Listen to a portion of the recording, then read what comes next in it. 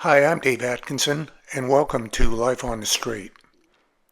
Please take a moment to listen to the song My Caregiver. It is now available on music stores and streaming services including iTunes, Amazon, Spotify, Pandora, and many others. I've also placed a music video under my Creative Projects playlist. This is part 9. The conclusion of the story behind the song. Chemo leaves a strange sensation. It was followed by more radiation. My mind was in confusion. Another blood transfusion. And there she was. 2 weeks after my final chemo infusion, I had 2 appointments, 2 days apart, at the radiation clinic at the University of Washington Medical Center. I don't have notes, but one was most likely to make me a body mold using the blue bag full of plastic beads like before, and the second was a walkthrough of how the treatment would go, including tattooing a target mark on my chest. This time the radiation would be more concentrated than before. It would travel through my chest and burn holes inside of my lung where the 2 tumors sat. I am so thankful that Dr. Kim chose to go this route rather than schedule surgery to remove part of my lung, because from what I have heard, that is a very difficult surgery to endure. My first radiation session was Monday, April 29th, and on Friday, May 3rd, it was over. That was also our last stay at the SCCA House. Again, words cannot convey how much that cancer hotel meant to us. During this stay, I most likely had my first port flush session after my last chemo. I have chosen to keep my port. If cancer returns in the future where I need chemo again, they can get right to it without having to schedule the surgical procedure to install the port and then another week for it to heal up. Patients have kept their ports for decades. All that is required is for a patient to have them flushed out every 5 to 6 weeks. A mixture of saline and heparin is used, which keeps blood clots from forming in the port catheter. With a little numbing cream smeared over the port reservoir an hour or so ahead of time, I don't even feel the needle going in or out. And there she was, always by me, always there. I had lost all of my hair. We were both rushing down this river. My love, my wife, my carrier.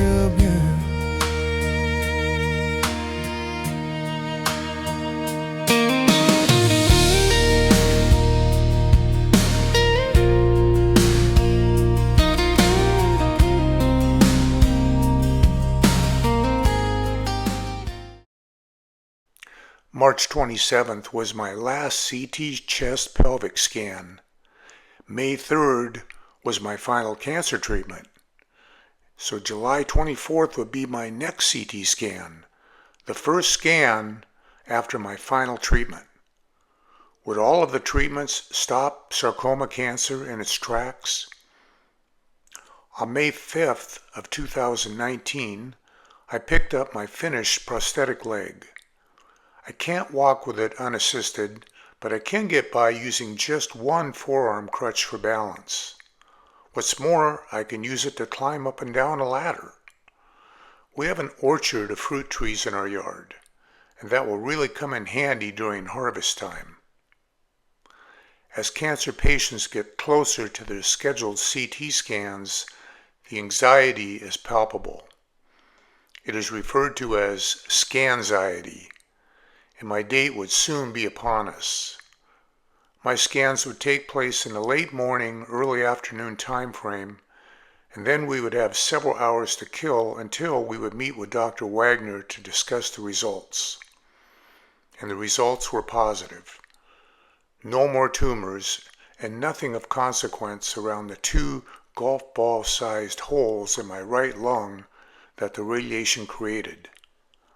unbelievable joy.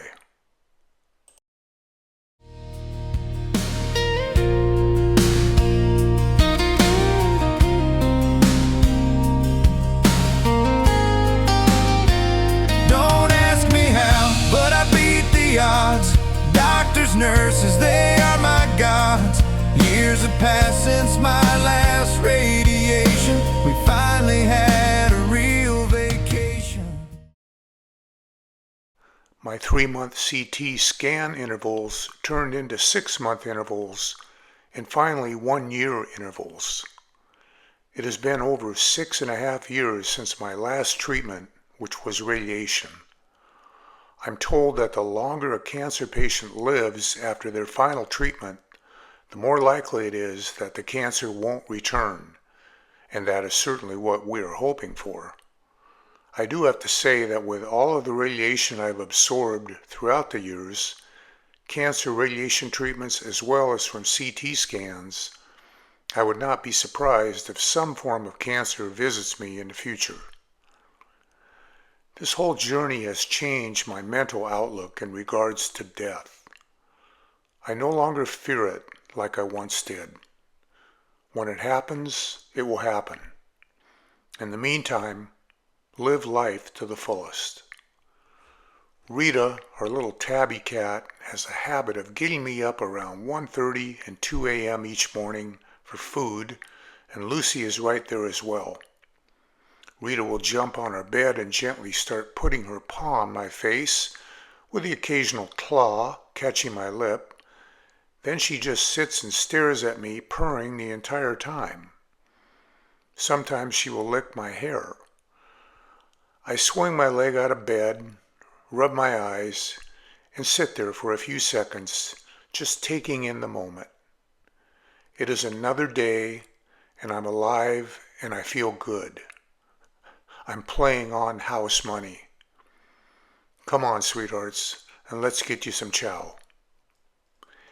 Amy and I made a special trip over to the University of Washington Medical Center after I had been released from the physical therapy wing. We gathered up a huge box of locally made gifts and treats and dropped them off in a lunchroom where the nurses that cared for me ate their lunches. I know that I was just another patient and that they were only doing their jobs, but I thought of each and every one of them as my angels. They were so patient and so caring with me, and I was so lucky that I ended up under their care. The same can be said of Doctors Thompson, Wagner, and Kim, along with their staffs. Just total competence and amazing bedside manners. On September 3rd, the remodel of our house began. We moved all of our stuff into our pole building on the other end of the driveway and moved out into our motorhome for 13 long months, an extended time thanks to COVID shutting down our work site. When we moved back in, it was like heaven for both of us, but especially for me. The doorways and hallways are larger. I can roll a wheelchair into the shower if I have to.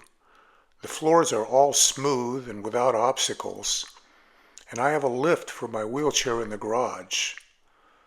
There are minimal thresholds going out to the decks, making wheelchair access simple. Amy and I had never ridden on the ferry between Port Angeles and Victoria, BC, but in late 2025 we took a little vacation there to see the Butchart Gardens, which we haven't visited in decades. I dedicate this song to my wife. She's the reason behind all the good that's in my life. From the day we met, we both headed down this river, and for all that time, she has always been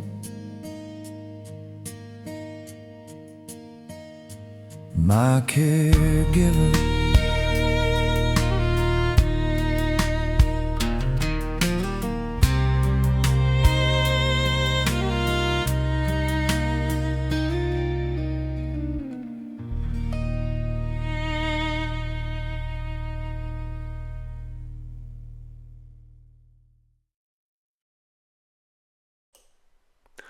I know that in this video series, my end of things took center stage, but the song is titled My Caregiver for a reason, and my wife Amy was pretty much drafted into that fight, and she showed up for duty each and every day.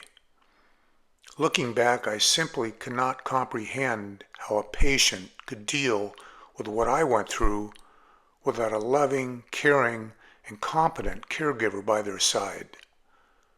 Aside from giving me blood thinner shots, handling all of my prescriptions, managing my appointments, staying at my side during my hospital stays, and that in itself deserved special recognition, preparing endless variations of meals when I couldn't bring myself to eat, organizing the 2-day Kill Gordy party at our home for family and friends, helping me maintain my hygiene, driving us between our faraway home and downtown Seattle, acting as my safety assistant when I was learning to walk with my crutches, and countless other things.